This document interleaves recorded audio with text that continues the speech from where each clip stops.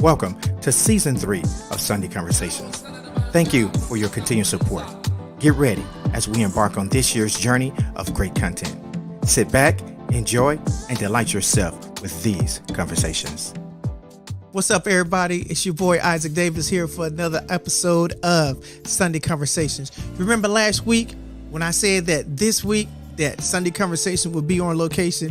It is on location. So we went on location to the barbershop. Got a little setup for you. I hope that you enjoy. We talk about mentorship and we talk about relationships. And it is such an enjoyable conversation. Take the time, sit back, relax, and enjoy these conversations. And we're going to get right into the fellas introducing themselves. Fellas, why don't y'all introduce yourself? My name is Ricky Brown. My name is Edwin Jones. My name is Tony Lee. Charles Robinson.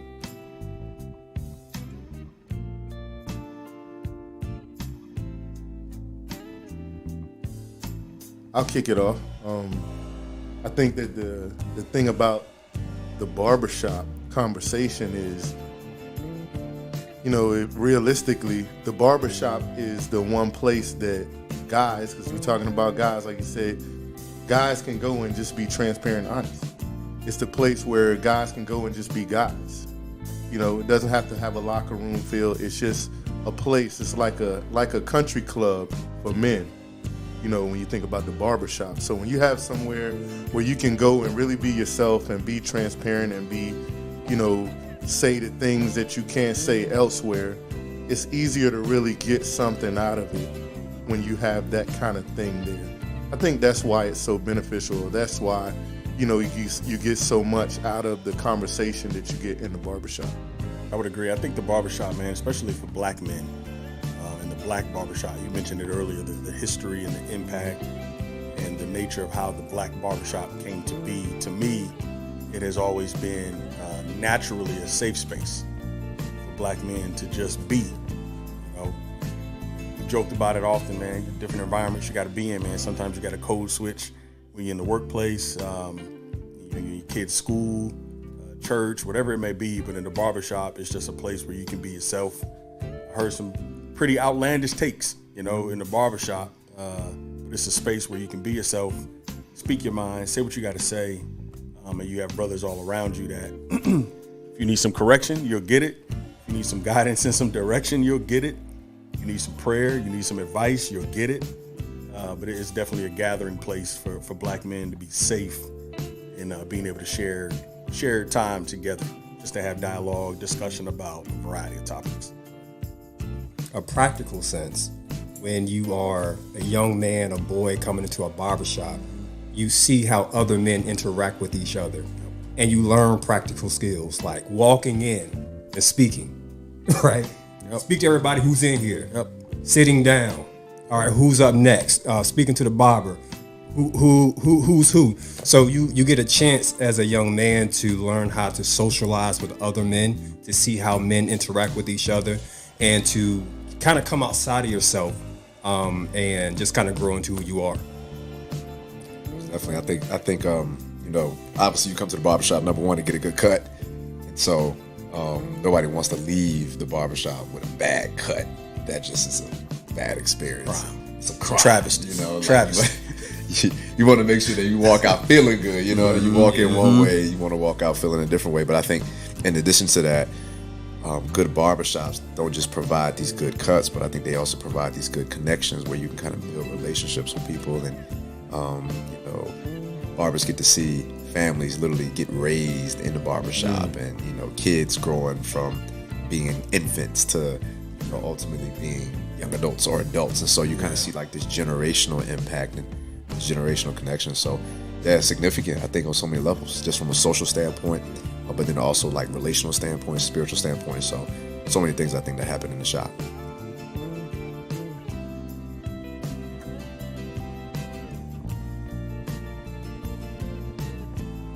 Yeah, I think it's of all kinds. We got Tony here, who he and his father, they run the shop, and so there's been so many conversations that he and I have had just through the years of all kinds. Whether it's parent, talking about being a parent, talking about being a husband, talking about being a man. And so I think there's so many complex type conversations that you can kind of have. But I think one of the guys said it earlier, you can be vulnerable, you can kind of be transparent, and not have to really kind of worry about stuff getting out, because there's a trust there. I think there's a trust that's established already to sit in a chair. Yep. You know what I'm saying? And so like I'm not gonna come back to you if I don't trust you. So I think it's the same thing when it comes to relationships in general. Like there's that level of trust that you have where you entrust certain things that are close to you to certain people, because they've shown that. And so I think that relationship between barber and customer kind of moves from just barber and customer to friends or almost in family. I think in different ways. So I think that just being here. This is 23 years that I've known Tony as my barber. So Tony is my barber my freshman year of high school. So when I was growing up, my dad used to give me a cut, but he didn't give me a lineup. I had like this arc kind of cut, right? So like a bowl cut. I don't know what it was, but I needed to have something different going into high school. So just my barber being there for me, going into growing into myself, right, and growing into my manhood, and being able to talk to him about my relationship. So there are times where I might be going through something, and I'm just sitting here just thinking about it, contemplating it, and I'll say, "Hey Tony, what do you think about this, man?" And he'll think about it. And one of the things of having a barber like Tony is that he's not going to just give you some fluff or something that you just want to hear, or he's not going to give you something some dude is going to tell you off of the street. He is a godly man, which is a plus of having a barber who's a godly man, because that what he says is coming from his heart because he cares about you, but it's also going to come from the word of God also. So, I think that there are times where as a man, I want to try to figure it out on my own, but I know that if I come to the barbershop, I'll be able to talk to Tony about it too. I think that any topic is available to, or any issue is available to be addressed and dealt with through counsel at the barbershop, because any and everything comes up in the barbershop. Like Brother Edwin said, there's a trust there. It's almost like a confidentiality agreement with an attorney. This, what we talk about here, stays here. Okay, you don't have to worry about hearing this somewhere else. You don't have to worry about me leaning over to the other barber and telling the other barber, your business or what you're going through. This is between us. And, I'm no counselor. Nobody's a counselor in the barbershop. But like Brother Charles said, there's a mutual respect there, and there's a care there that says, hey man, if you think enough of me to share or to open up your life to me, then I'm gonna give you the very best that I have as far as what I think. And then, sometimes good counsel is just being an ear, because I think exhaust is just as important as breathing something in. You got to get some things out. So sometimes getting rid of something is even more key or more important than taking something in. So for me to give someone some advice, or for you to go to the barbershop and get advice from somebody, is good. But sometimes just to go to the barbershop and get an ear, somebody that's going to just listen to you and not say a word, is just as important, and you can get that in the barbershop as well. Yeah, Edwin mentioned, a while ago, talking about, you come to the barbershop, get a good cut, and you talking about counseling. I remember in high school, much like Charles, I've been coming to this barbershop since I think I was in the 7th grade. So about 1997, man, Tony's been cutting my hair. Wow. And it's wild, man. It's been some years. You talk about community impact. Right. But I never forget when I got to high school, though, my sophomore year, I brought one of my guys with me to the barbershop. And we had a game later that night, and we came to the barbershop that Friday before we had the football game. We were both in the band, though. And so I got my cut, and he rode with me. And so he got in the chair after that. And Tony was like, hey, man, so, what kind of cut would you like? It was his first time coming in here.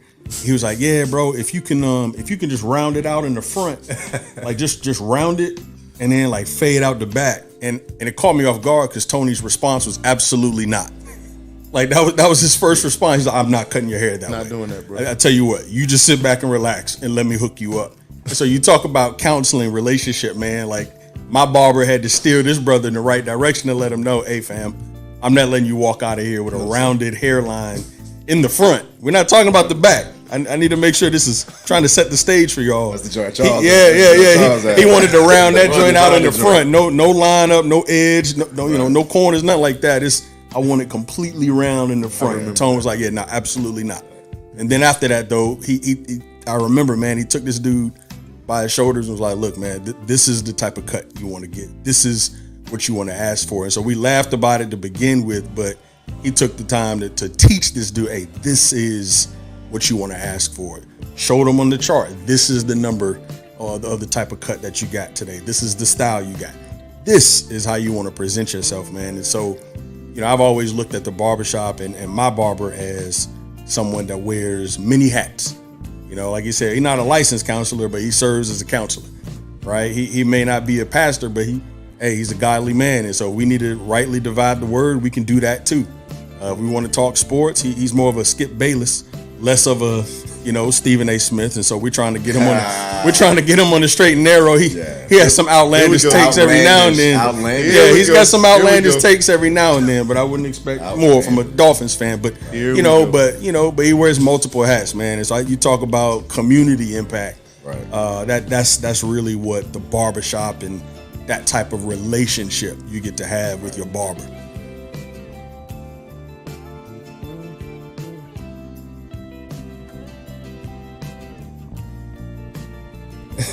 First of all, I think it'll be very hard to find somebody who's going to do that with you. But let's just say that you find somebody who's willing to go that route. I think that it is beneficial. It would be beneficial. And this is why. I think that oftentimes we let things get in the way of finding out who this person really is. Sex, money. What is this person buying me? Materialistic things. All of that stuff. And what I think that 90-day rule would do is it's just us. We don't have all that other stuff in the way. It's me and you. Let's talk. Like, who are you really? And I can tell you who I am. We can talk about what our values are. And after about 90 days with just talking, we should be getting somewhere at that point of figuring out who this person is. And I might even discover something about myself within that 90 days as I'm talking to this person. So I think that it's a commitment. I think at my age, it's not that much of a commitment to get all that material stuff out the way. If you are a younger man, if you're in your early 20s and in your teens, of course, you got hormones, testosterone, and all that other stuff that's going to be in the way. But if you can commit to that 90 days of just talking to that person and having conversations, then you'll know who you really are dealing with. And if you are a young man that's looking to marry, because if we're talking to men, if you're looking to marry a young lady, that's definitely something that you want to do up front, because she can look good, she can have all of the stuff that you like, but that's not the thing that's going to keep y'all together. What's going to keep y'all together is who that person is, their values, their ethics, their morals, what they believe. So I think it's beneficial to do that 90 days if you can do it. I think it would definitely be beneficial. I agree with Brother Charles. I think it would be difficult, but I think it would be extremely beneficial, because in order to do something like that, it would cause a person to have to be really intentional. It would cause a person to have to be really creative, because you can't put your best foot forward for 90 days. The real you is going to come out in 90 days. So there's no hiding. There's no covering things up. In 90 days, you may as well start on day one, bro, and just put it on out there. But, being creative and being intentional, and not, we're not being able to spend money, or without being able to touch and, all of that stuff, because we're too distracted by how we feel to really get to the core of a person or how that person makes us feel. So if you can't see how it makes you feel, now you've got to really get to understand that person and that person understand you. And there's no way to do that, no better way to do that rather than really being intentional and creative and getting to know each other. And I think that to get to know a person is to know more about them than their favorite color and what they like to eat. You know, that they like the ratchet Philadelphia Eagles. You know, it's about more than that. You know, Went too far. did I slip one in there? My fault. It's all right. It's all right. It's all right. Now. I'm sorry, man. But you know, with my wife, with Tiny, man, you know, I've been married to Tiny for 9 years, going on 9 years. And I dare say that I just got to know Tiny last year. I just got to know her. I've been knowing her since 2011. But I just got to know my wife a year ago. Yeah, you know, it's interesting. I agree. I think it's beneficial. I often reflect on family members, friends whose relationships I have seen end, unfortunately, in divorce, separation, stuff like that. And oftentimes, one of the key issues was poor communication, right? The inability to walk through and talk through your problems that you had. And were you willing to compromise? Were you willing to have those tough conversations about the real issues at hand? Or are we going to continue to dance around them? Or are we going to be distracted by, oh, you bought me a new purse, and so, okay, that's going to reset the clock. Or, oh, she took me out to eat, and that's going to reset the clock. Or we flew to Vegas and had a little 3-day vacation out there, and so now my clock is reset and we're okay. And oftentimes, it's because the foundation of your relationship wasn't built on firm and solid ground, because you didn't spend time early on learning how to effectively and efficiently communicate and articulate your thoughts, your feelings, your emotions, your ideas, your aspirations, your goals. You never had conversation around that, right? And so I know for those of us that are believers, we talk about being unequally yoked with folks. But I think even for folks that may not subscribe to the same faith, I think communication gives you an opportunity to figure out, am I actually in alignment with someone who's looking to go in the same direction as me?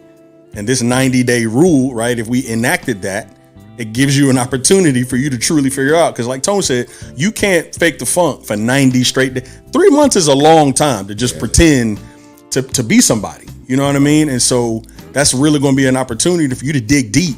You're going to be sitting at the table, you know, having conversation. You can't, oh, I bought you these roses, or, oh, I bought you, you know, this piece of jewelry, and then you got emotions and stuff, and then I get you excited. You're going to be staring at each other, not spending money on each other, not engaging in physical activity. Right. And you are forced to have dialogue about real issues, not just sports, not just ratchet TV, right? But real issues. Where are you trying to go? And so I think more relationships, more couples should spend time not being so fast to engage in the physical, not being so fast to engage in the exchange of material things where it becomes a distraction, but to spend time communicating, because it really does seem like society, it's becoming a lost art, being able to communicate and express ourselves to one another.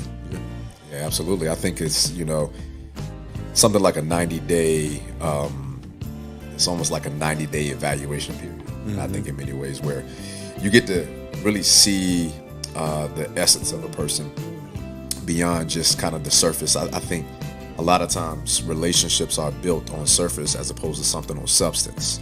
So I think for 90 days, it's going to, in order for you to last 90 days, at some point it's going to move from surface to something of substance in order for that thing to actually like last and to be able to, I think, endure. And so I think, you know, being able to have something, I think having some bit of a structure and some type of an approach as to how we want to build a relationship, I think it starts with a vision. And I think something like that gives you that opportunity to be able to kind of figure each other out, learn each other, kind of like you were saying, Tone, earlier, being able to kind of understand interests and desires and personality. Charles, you mentioned values. I think that's huge because I think it's one thing to like a person, to be attracted to a person, and that's cool.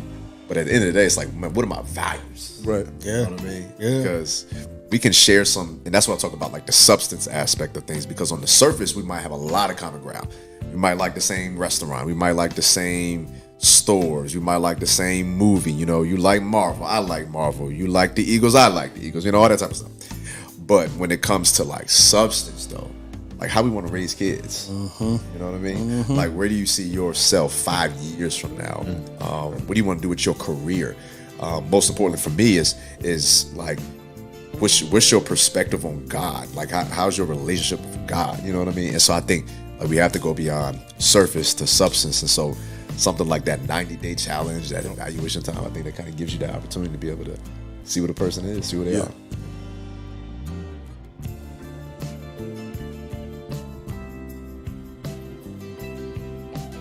Just context, my wife and I, we started dating in college, 2004. So at the time of this recording, that was 19 years ago. And so we were in college.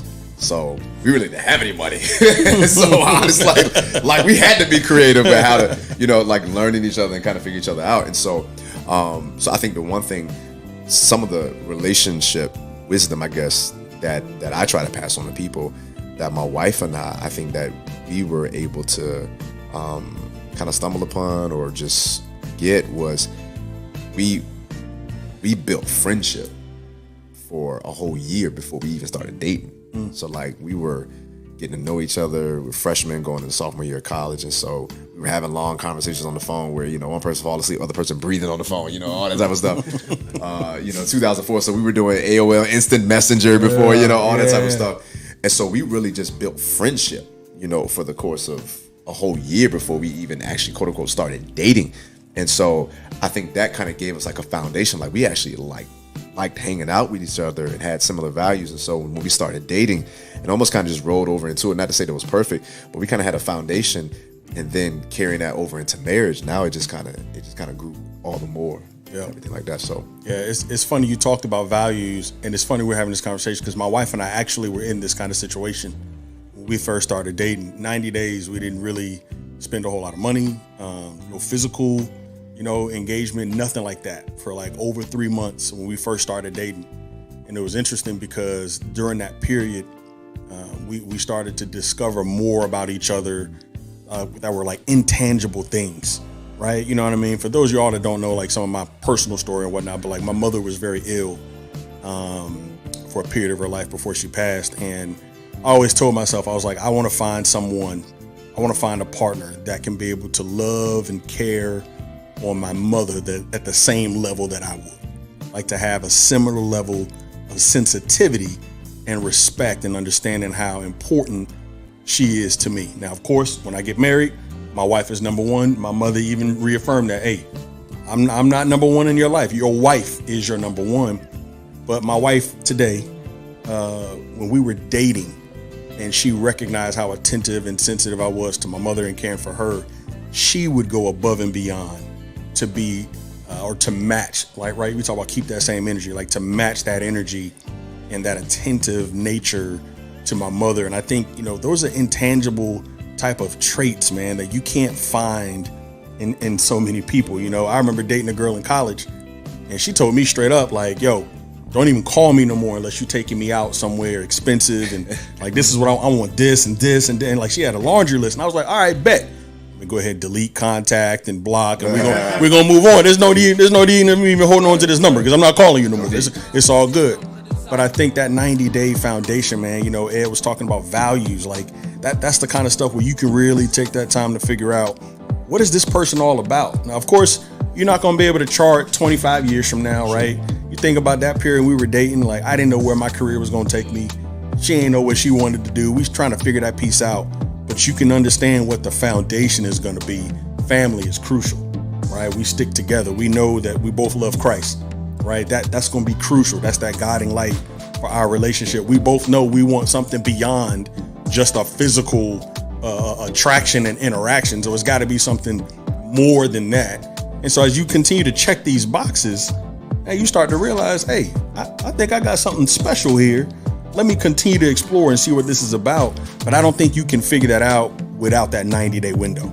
You can't. Yeah, good point, man. Good point. And you know me, I like to, rep the other side, and it's easy for me to do that when I look back at my relationship, because me, on the other hand, with my wife, while right now we have a wonderful relationship, we both see things in each other that we, didn't see in the beginning. Thank you for watching Sunday Conversations. Remember to like, comment, share, and subscribe to our YouTube channel and follow us on Facebook. We look forward to seeing you next week as we continue to bring you relevant content. Remember, God has a purpose and a plan for your life. Live life